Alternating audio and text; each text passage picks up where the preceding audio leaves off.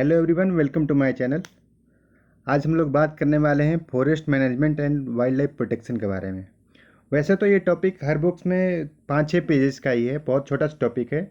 और ये टॉपिक है जो जेपीएससी जीएस पेपर 2 जो है उसमें 10 मार्क्स के आते हैं हर साल।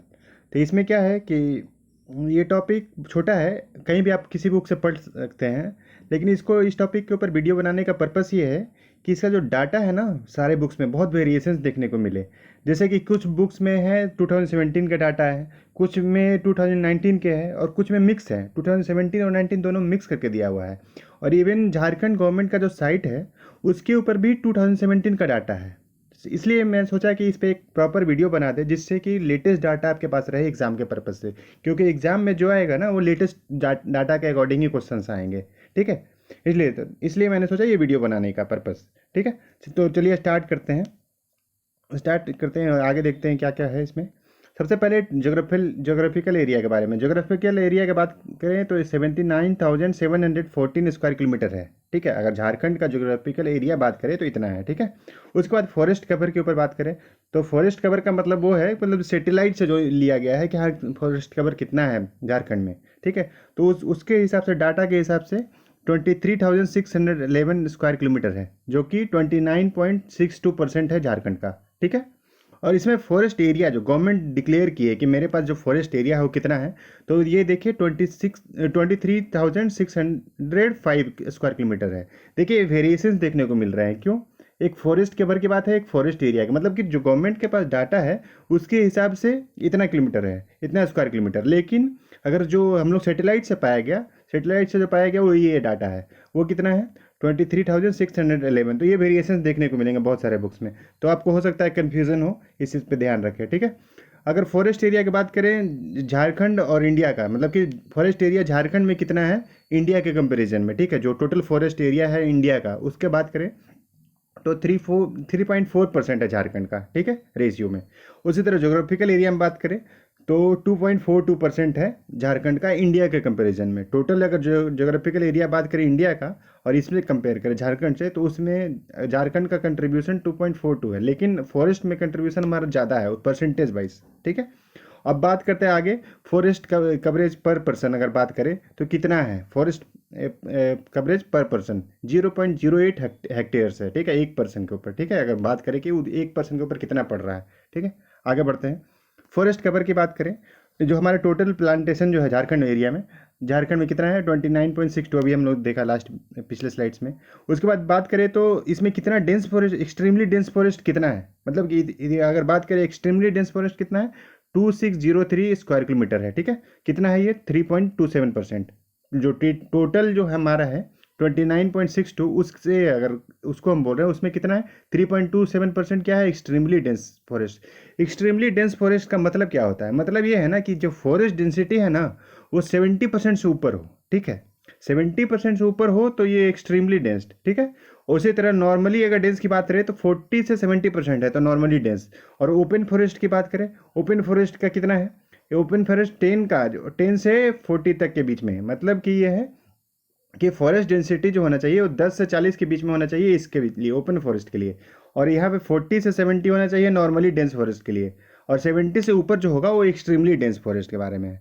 तो एक्सट्रीमली है 3.27, ठीक है, नॉर्मली है वो 12.15 और ओपन फॉरेस्ट है 14.20। ठीक है, ये डाटा भी पूछ देता है कभी कभी, ये स्क्वायर किलोमीटर में सारा, ये जो है स्क्वायर किलोमीटर में सारे जो फिगर्स हैं। ठीक है, आगे बढ़ते हैं आउटर फॉरेस्ट ट्रीज है। ठीक है, फॉरेस्ट के बाहर भी कुछ ट्रीज होते हैं जहाँ पे जैसे कि 1 हेक्टेयर से जो भी कम रहता है टोटल जो मतलब ट्रीज है ना, ट्रीज है आउटसाइड फॉरेस्ट, अगर 1 हेक्टेयर से कम रहता है ना तो उसको काउंट नहीं करते, उसको अलग से ट्रीज में हम लोग काउंट करते हैं। इसलिए आउटर फॉरेस्ट ट्रीज का भी एक डाटा है। ठीक है, इसमें बात करें तो देखिए यहाँ पे वेरिएशंस क्या देखने को मिल रहे हैं बुक्स में ये डाटा दिया हुआ है। ठीक है, इवन देखिए एक मैं बता रहा हूँ, फेमस बुक है मनीष रंजन के का किताब। ठीक है, वो झारखंड के लिए स्पेसिफिक GS2 के लिए, उसमें ये डाटा दिया हुआ है। ठीक है, कि 2922 स्क्वायर किलोमीटर है ना, ये 2017 वाला डाटा दिया हुआ है। ठीक है, उसके हिसाब से ये 3.66% होता है।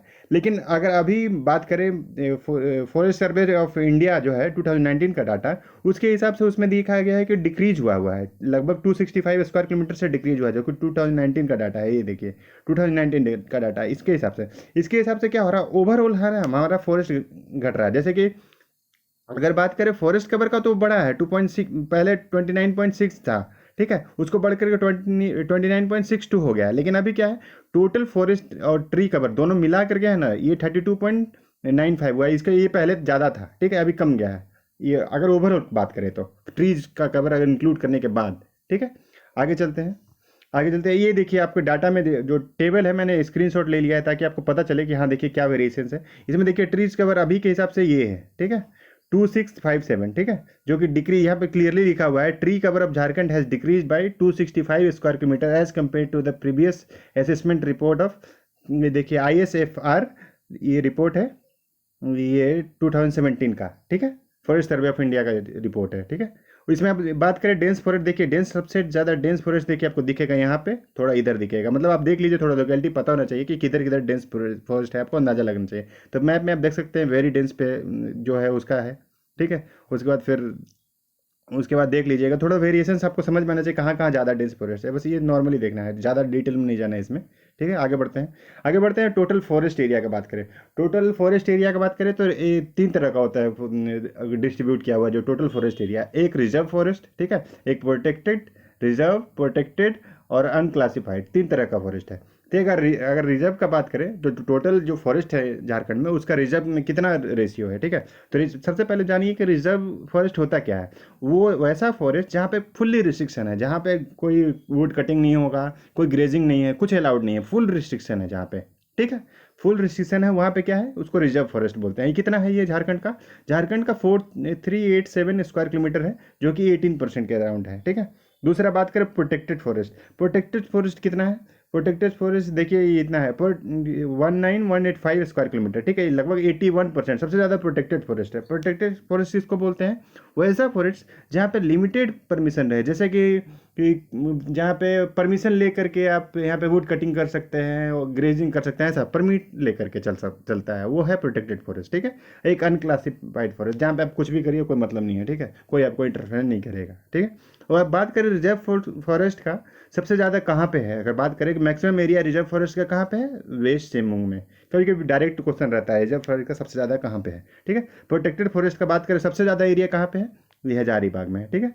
अनक्लासिफाइड है तो उसका तो कोई डाटा रहेगा नहीं, ठीक है। आगे बढ़ते हैं, डिस्ट्रिक्ट वाइज अगर डाटा बात करें तो हाईएस्ट एरिया जो है, बात करें वो कहाँ पे है, फॉरेस्ट और एरिया, फॉरेस्ट का जो एरिया वाइज अगर बात करें तो सबसे ज़्यादा है देखिए वेस्ट सिंहभूम, क्योंकि ये बड़ा डिस्ट्रिक्ट है तो जाहिर सी बात है कि यहाँ पे फॉरेस्ट ज़्यादा होने का ज़्यादा चांसेस है, ठीक है। इसलिए वेस्ट सिंहभूम में सबसे ज़्यादा हाईएस्ट एरिया है फॉरेस्ट के अंदर। और सबसे लोएस्ट है जामताड़ा का। जामताड़ा देखिए यहाँ पे है, ये देखिए धनबाद के बाजू में जामताड़ा। अब बात करें कि परसेंटेज वाइज, अगर परसेंटेज वाइज मतलब कि कहने का मतलब कि आपके पास मतलब कि मान लीजिए 100 एरिया है तो उसमें कितना ज़्यादा आपका मतलब कि 70% कोई अगर हो रहा है, ठीक है। मान लीजिए मेरे पास 4000 है, लेकिन हम 3000 में हम लगाए हुए हैं पेड़ पौधा, तो मेरा 75% हो गया। और एक और है जिसमें हम 8000 है, ठीक है, 8000 है हम, लेकिन हम उसमें 4000 लगा कर रखे हैं, ठीक है, 4000 एरिया में हम प्लांट लगा कर। इसका मतलब ये है कि 50% है वो, मतलब ये है कि अगर हम 4000 में 3000 लगा कर रखे हैं तो 75% है परसेंटेज वाइज, ठीक है। लेकिन ओवरऑल बात करें तो वो कम है। उसी तरह 8000 में 4000 लगा कर रखे हैं, ये दोनों डाटा कंपेयर करिए, 8000 में 4000 लगा कर रखे हैं तो इसमें क्या है 50% है वो परसेंट वाइज।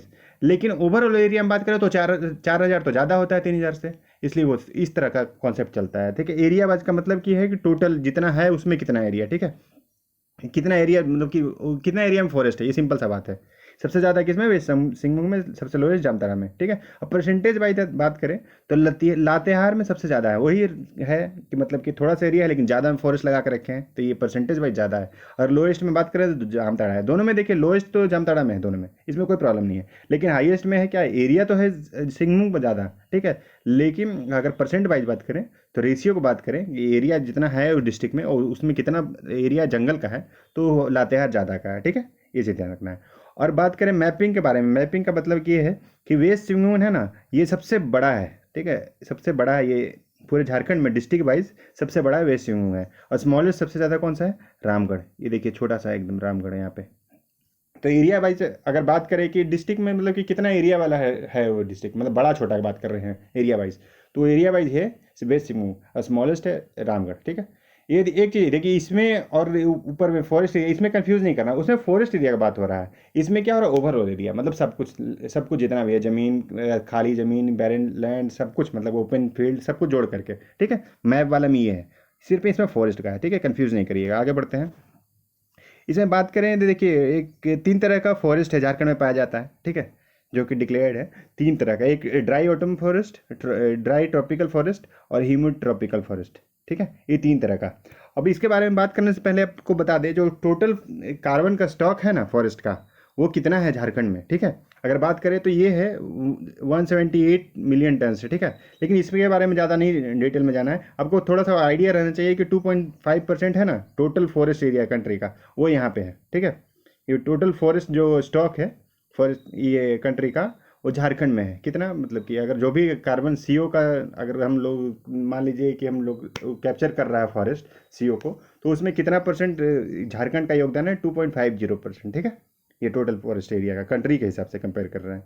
आगे बढ़ते हैं, इसके बारे में डिटेल में बात कर लेंगे कि ड्राई ऑटम कहाँ पे पाया जाता है और कौन कौन से ट्रीज होते हैं, और ये वाला तीनों चीज़ के बारे में हम लोग देखेंगे डिटेल में आगे। चलिए स्टार्ट करते हैं। तो ड्राई ऑटम फॉरेस्ट कहाँ कहाँ से पाया जाता है? सबसे पहले देख लीजिए कहाँ कहाँ पाया जाता है। गढ़वा में, देखिए ये गढ़वा, ये छोटा सा एरिया, नॉर्दर्न गढ़वा में अगर बात करें पर्टिकुलरली, ये पलामू है। ठीक है, चतरा है। ठीक है, हजारीबाग, कोडरमा, गिरिडीह, इतने एरिया में पाए जाते हैं ड्राई ऑटम फॉरेस्ट। ठीक है, कौन कौन से ट्री है इसमें? मेन जो ट्री है ना इसमें साल होते हैं, मेन ट्री ध्यान रखना है कि मेन ड्राई ऑटम फॉरेस्ट में साल मेन होते हैं। और एक चीज़ देखिए, प्लास इसी में है, प्लास ड्राई ऑटम फॉरेस्ट में पाया जाता है। और एक इंपॉर्टेंट है रोजवुड, ये भी रोजवुड मतलब शीशम वाला जो है, शीशम, ये भी यहीं पे पाया जाता है। ठीक है, ये चीज़ देख लीजिए, कुछ कुछ ट्रीज़ है, आप देख लीजिए इसके बारे में। और भी ट्रीज़ है लेकिन ये मेनली है। ठीक है, बैम्बू भी इसमें जैसे कि इंक्लूडेड रहता है। ठीक है, आगे बढ़ते हैं। ड्राई ट्रॉपिकल फॉरेस्ट, इसका देखिए रीजन कौन सा है? रीजन देखिए हजारीबाग है, रांची है, वेस्ट सिंहभूम है मेनली। ठीक है, ये 3 है। उसके बाद इसमें कौन कौन से ट्रीज होते हैं? साल देखिए हर जगह प्रेजेंट रहता है। ठीक है, ड्राई ट्रॉपिकल में भी पाया जाता है ये। मैंगो, जैक फ्रूट, बैम्बू, ये सब भी पाया जाता है। ठीक, तो ये एरिया देख लीजिए, हजारीबाग, रांची, सिंहभूम। आगे बढ़ते हैं। ह्यूमिड ट्रॉपिकल फॉरेस्ट जो है वो कहाँ कहाँ पाया जाता है? ये भी देखिए उसी एरिया में है, जो वो थोड़ा नॉर्थ में था। ठीक है, ड्राई ऑटम में जो है तो थोड़ा नॉर्थ में था। ठीक है, और ये वाला थोड़ा नीचे में है, ये ध्यान रखिएगा, थोड़ा नीचे में है। इससे क्या होगा, बोकारो इंक्लूड हो जाता है, बोकारो यहाँ पे इंक्लूड हो जाता है थोड़ा सा एरिया।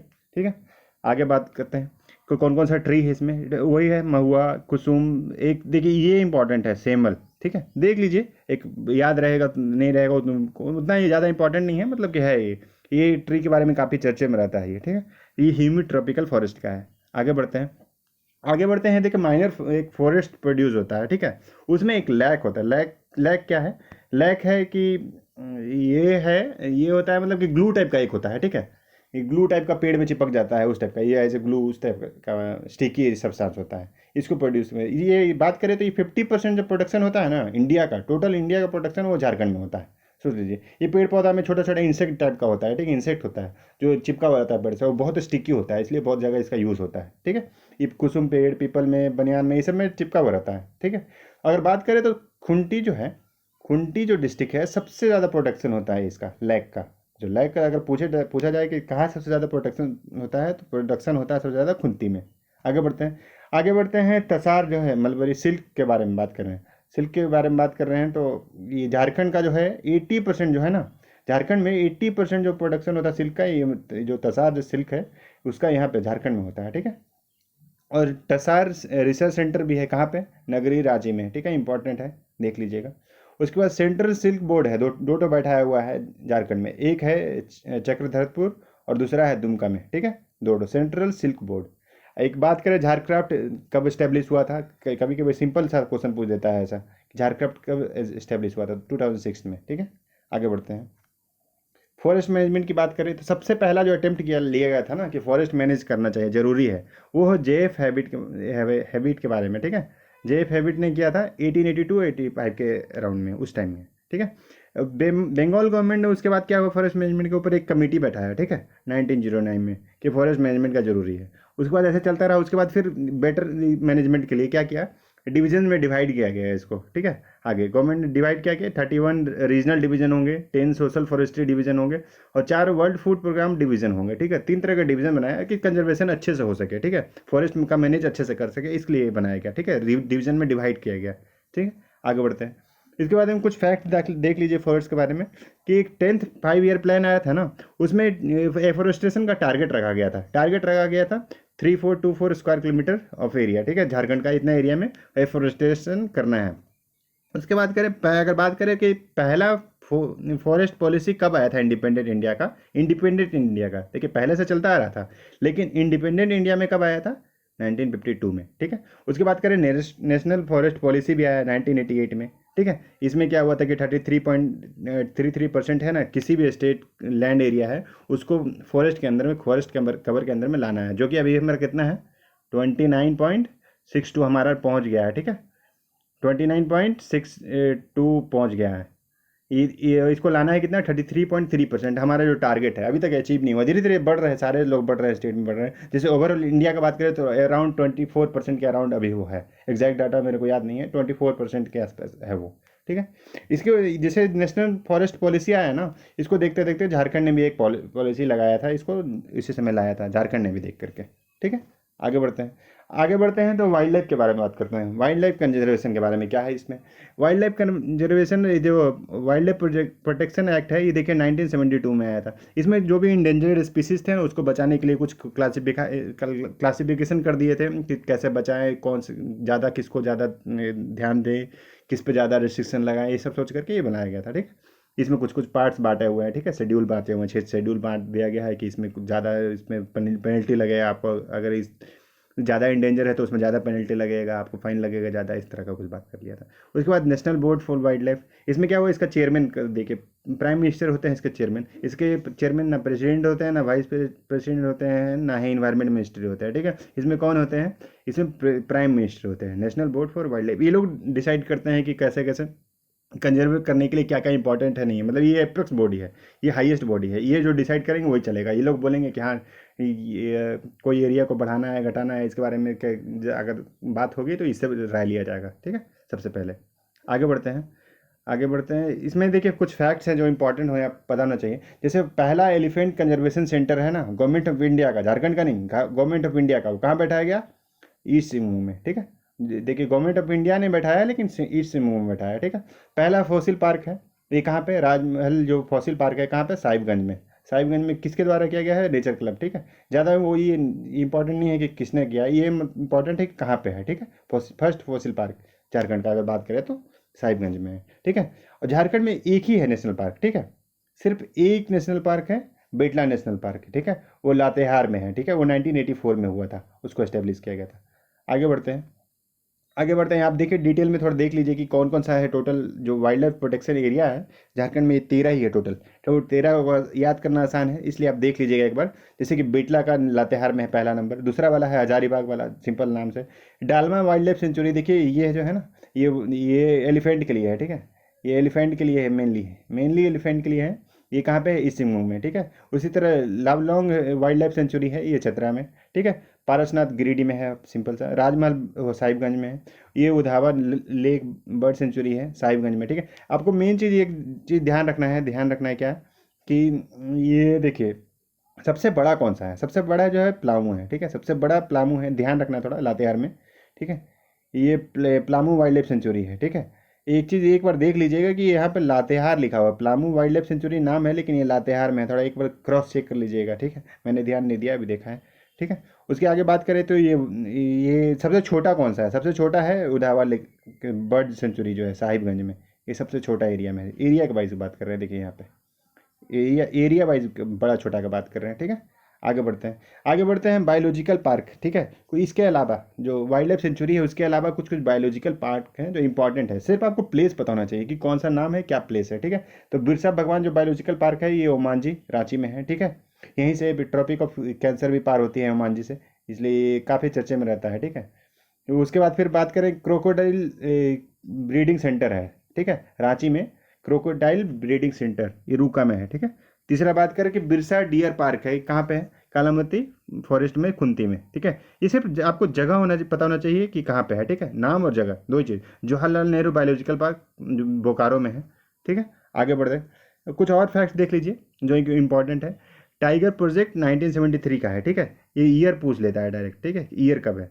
और ये अगर बात करें तो पलामू टाइगर कंजर्वेशन फाउंडेशन का जो एस्टेब्लिश किया गया है वो कब किया गया है, 2014 में है, ठीक है। ये डेट याद रखिएगा क्योंकि जो स्टेट वाले एग्जाम होते हैं इसमें डेट पूछे जाते हैं जनरली। और बात करें तो टाइगर जो काउंट है, मतलब कि टोटल नंबर ऑफ टाइगर है झारखंड में, वो कितने हैं, ठीक है, सेंसस के हिसाब से कितने हैं, इसमें है 5 है अभी के 2019 में जो सेंसस हुआ है उसके हिसाब से 5 है, ठीक है। उसके बाद एलिफेंट का जो है, एलिफेंट का 1992 में ये प्रोजेक्ट स्टार्ट किया गया था। इसमें अभी तुम ये ऐसे देख लीजिए कि 758 होता इंपॉर्टेंट नहीं है, लेकिन अभी तो टोटल काउंट है इसका 758 है। और एक चीज़ और यहाँ ध्यान रखिएगा, जो शेर है ना, कोई भी इन्वायरमेंट वाला जितने भी वाइल्ड लाइफ या इन्वायरमेंट जो भी प्रोडक्शन होगा सारे में एक ही चीज़, एक ही कॉमन है, 60/40, ठीक है। 60 देगी सेंटर और 40 देगी स्टेट, ठीक है, ये कॉमन है, हर जितना भी रहेगा सब में यही मारिएगा, एकदम 100% सही है। कहीं पे अभी तक मेरे को नहीं दिखा है कोई वेरिएशंस। अगर किसी को दिखता है तो नीचे कमेंट बॉक्स में प्लीज़ कमेंट करें, ठीक है। उसके बाद बात करें मॉडर्न नर्सरी के बारे में। मॉडर्न नर्सरी के बारे में बात करें तो 3 जगह पे है, देख लीजिएगा। एक छोटा सा इंफॉर्मेशन है, कुछ ज़्यादा ऐसा कुछ नहीं है। एक रांची में, एक सरायकेला में, तीसरा है देवघर में, ठीक है। तो अभी के लिए फ़िलहाल इतना ही है। अगर आपको वीडियो अच्छा लगा है तो लाइक करें, और नहीं लगा तो अच्छा नहीं लगा है तो प्लीज़ डिसलाइक करें, ताकि पता चले कि क्या इंप्रूवमेंट का स्कोप है, ठीक है। और इसी तरह जीएस, अगर आप झारखंड जीपीएससी प्रीलिम्स का तैयारी कर रहे हैं तो प्लीज़ इस चैनल को सब्सक्राइब करें, ठीक है। ऐसे ही वीडियो इन्फॉर्मेटिव वीडियो लाते रहेंगे आगे के लिए। अभी के लिए थैंक यू फॉर वॉचिंग।